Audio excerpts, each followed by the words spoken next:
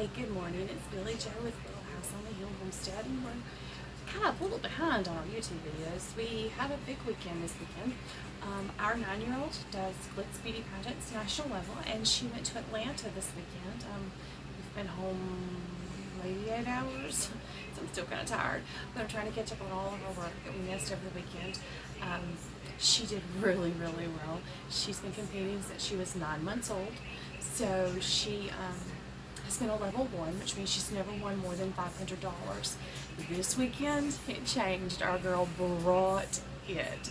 She won Best Personality in the 9 to 10-year-old division that is full of level 4 pro girls, full of personality and full of life and just beautiful young ladies that she's competed with her entire life. But she did go and win Best Personality, and then she won Novice Mini Supreme for the 9 to 12-year-old breakdown, which is the 4th title down from the top. So there were 3 girls above her that had higher scores than she did in the 9 to 12-year-olds. So actually one of those was out of the 6 and up. So technically 3 now, 2 above her. But she did really well. So this morning I'm home trying to catch up. While we were gone, these were just the eggs that we got left for us. We have a friend that comes and does our chores for us while we're gone. She brought these in and set them on my counter for me. I also have about another 2 dozen that I've been saving. So we're going to put them in first to see how many of those are going to be okay. We've already got our gallon of water sitting here. We're going to use a gallon pickle jug, a glass pickle jug. I've already put a little bit of stuff in so it's a little colored. Started with 2 quarts of water. We do have chlorine water here. Unfortunately, we're not on a well. But what I did was I used our Brita filter that we have on our faucet to go ahead and go through and filter the water out. Okay, I'm gonna link or try to post a photo in here, hopefully right here, how to do this and the directions for it. The second thing you need besides a gallon jug to water glass eggs and filtered water, non-chlorinated water, is pickling lime. It's been very, very, very difficult for me to find pickling lime. I had to wait almost a week and a half, almost 2 weeks to get it at a local hardware store of all things. They do carry a lot of canning supplies there. Their jar prices are outrageous, but they're the only place I can find pickling lime. So the recipe calls for 1 ounce to 1 quart of water. Now, when you sit and figure it out, and I did, I took my kitchen scale, I figured it out, 1 ounce is equal to 2 tablespoons. Fortunately, I can't find my tablespoon, but I had this handy dandy metal wall hanger I picked up at Hobby Lobby a couple of years ago, really super cheap. But 2 tablespoons equals 1 fluid ounce, so I knew that my weight in this calculation is going to be pretty close to being accurate. I have 2 quarts of water in our jug, so I'm going to go ahead and put in 2 ounces of pickling lime, or actually it'll be 4 tablespoons. And because it's a lime and it's a water in a glass jug, I'm not going to use metal to stir. I'm going to use wood. Sorry, reaching behind me. That's been. I had everything together. I'm going to mix it up. It looks like a milky. There's some pickle labels still there. It's like a milk-looking solution when you do this. My husband is going to think I'm nuts, but when you have this many eggs, I've got like 6 dozen frozen in the freezer. We don't have a freeze dryer, and of course, drying eggs with a dehydrator is not recommended. Of course, this I want you to be sure that you understand that I want you to do this at your own risk. I by no means work with Extension Office or any entity that would say this is a safe practice or not.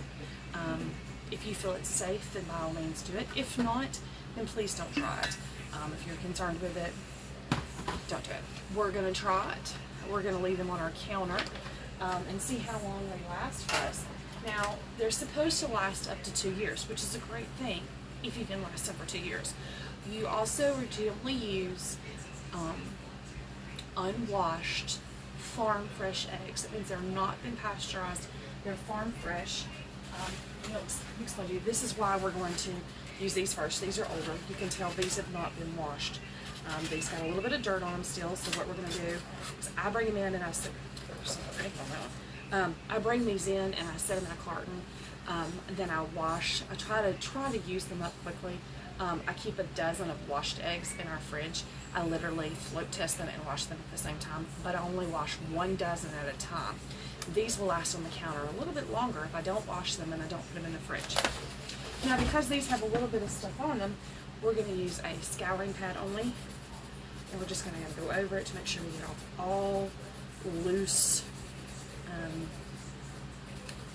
dirt, hay, straw, poop. Unfortunately, chickens, they are butt nuggets. We're going to get it down till we don't have anything on them, and we're going to put our first egg ever, going into our jug of filtered water with pickling lime. These should last 2 years, so we're going to go ahead and start putting some of these in. All right. First one in, I'm going to put it in very gently because I do not want it to go. I do notice it's settling in the bottom, so I'm going to try to stir them as I put them in so that they don't get, so that it keeps stirred up. Now, I don't know if you're supposed to put it in first, put all the eggs in and then pour the water over or not. I do know that as many eggs as I have, it's probably going to take more than the 2 quarts I have in here. Also, because these are fresh eggs and we are putting them in water, I feel like if there happen to be any of these that are not still good, they should float to the top right away because of the water in there. And so far so good. We have none. A silky egg. We do raise silkies. We're trying to get those all separated out so that we can raise pure silkies. We actually have showgirls, the bow tie showgirls. So my husband absolutely loves those. Those are his favorite. So we have this one clean. It's going in. So far so good, no floaters. All right guys, I'm gonna keep on scrubbing away, make sure everything's clean and knocked off, and get them in the water. Yep, that one went down. So all of these look good, and all of those that are in the counter in the blue container behind me, those just got brought in over the weekend, so those for sure will be good. I do have some that have been on the counter that are very, very dirty. We went through a lot, like a week of pouring down rain. Those I'm not going to put in here. I'm actually just going to wash them and put them in the fridge because they're so dirty. I've just about gotten as many of these as I feel like I'm going to be able to get clean as well. We're going to start putting in the fresh eggs. And I definitely feel like we're going to have another quart of water added to it. I'm going to do some research because, like I said, this is my first time float testing eggs, so I want you guys to learn with me. Not float tested, first time to water glass eggs, so I want you guys to learn with me. I have float tested eggs before. So what I'm going to do, I'm going to let these, I'm hoping I can be able to use out of them as we go along. That would be ideal. Keep on wetting my hands. That would be ideal to be able to use them as we go along. If not, that's fine too. So I do need to find out some research on them. But my question would be, is anybody that does water glass eggs, if you use them as you go along, how do you get the ones on the bottom that are the oldest? Can you just keep adding new ones to it as you go? How does that work? So lots of questions. So if you know about water glass eggs and you happen to be watching this video, I would love some input and some information. This one's kind of a weird egg. It's got little calcium buildups, I guess, on the outside of it from the hen. We have Easter egg. We have barnyard mix. We started out with buff Orpingtons and lavender Orpingtons, and then we added in Easter eggers. So our rooster is actually a lavender Orpington and a Easter egger cross, and then we have a lot of Easter egger hens and Easter egger cross hens that we've hatched ourselves. So this one, we're starting to lose the color that you get from the Easter eggers or the Americanas, which it depends on how you call them. So we're starting to lose the color. This one still has light blue, but it also has brown speckles on them. So it's kind of cool little egg. All right. I don't know that we're going to get as many as I say we're going to get in here. All right, ready? Let's add in some other folks. Also, while I'm going over these eggs, I want to make sure that there are no cracks in them or anything like that, because That, of course, is going to cause problems in the end. These eggs are much cleaner because it has quit raining. Finally, for the chickens, that's great news, and for our chicken house, but not for our garden. Like I said, we've been gone for the last 2 days. Came in last night, went down to the greenhouse because I didn't think to ask the young lady to turn on my sprinkler system in my greenhouse occasionally because I do not have it set up on automatic system yet. The reason I don't is because all we're growing in there right now is fodder and some radish starts. So I really didn't want them to, to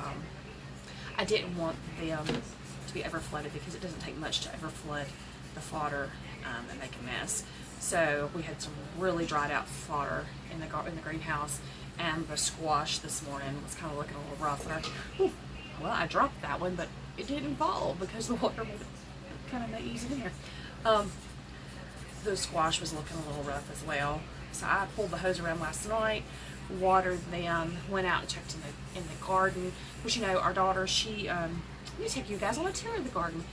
She has what she calls a victory garden. She's 9. Like I said, she has a victory garden, as she called it. She started it right as the pandemic started.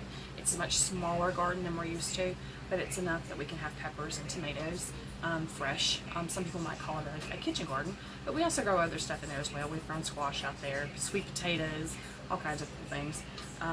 But we also added in that one just cracked everywhere. It was a very thin shell.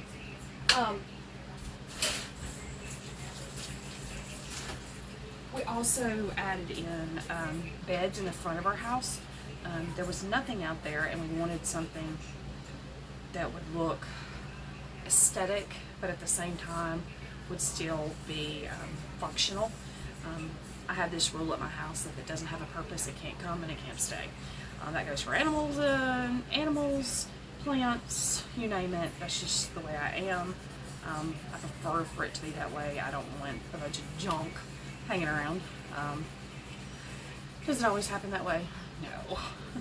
Because, you know, as a homesteader, you need that extra junk every once in a while for that junk pile to go figure out how to fix something. Our case in point, our new beds out front, they are made out of pallets, and they have cardboard laid in the bottom, and then there is brushing on top, cleaned out from underneath the rabbit cages, all the hay and the manure, put that in there, and then we filled it in with topsoil. We planted squash, yarrow, and radishes will be going in this evening because they're not this tall in our greenhouse. Didn't take them a week to come up. All right, so we have got one left. I'm going to set that one aside. We're not going to use it. I got a mess with that egg crack. So as you can see, we have eggs. We still have one that is not completely covered because of the there's so many eggs in this container. I should have counted how many were going in. I didn't. So we're going to add in another container, another quart of water. I already have one filtered out right here. Oh, I should have to be careful about the label on it. This is a quart jar. It was a purchased quart jar, not in a case that we bought. Someone else bought it. I bought something in it. All right, and we're going to put in 6 teaspoons, because I have a teaspoon, which would be the same as 2 tablespoons. 2, 3.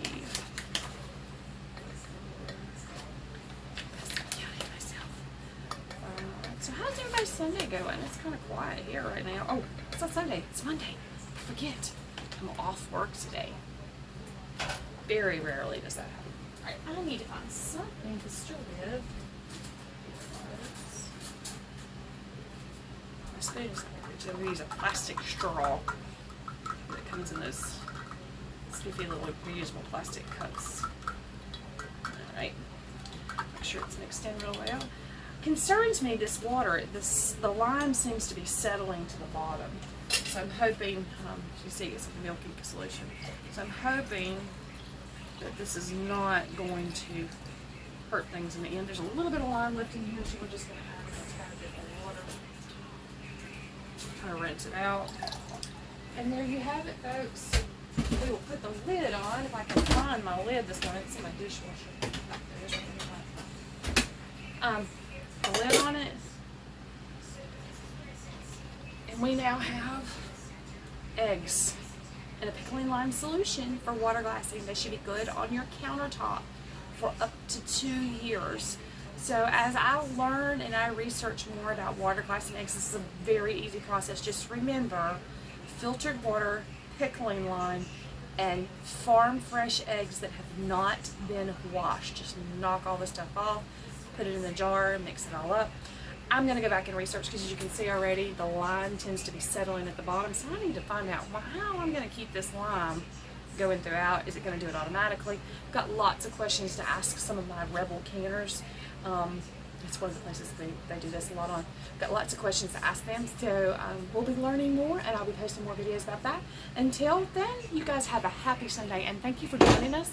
Be sure to like our videos if you, of course, if you like. If not, that's fine too. And then subscribe because I try to post videos at least once a week. All right, thanks guys, and I hope you have a blessed day. Bye.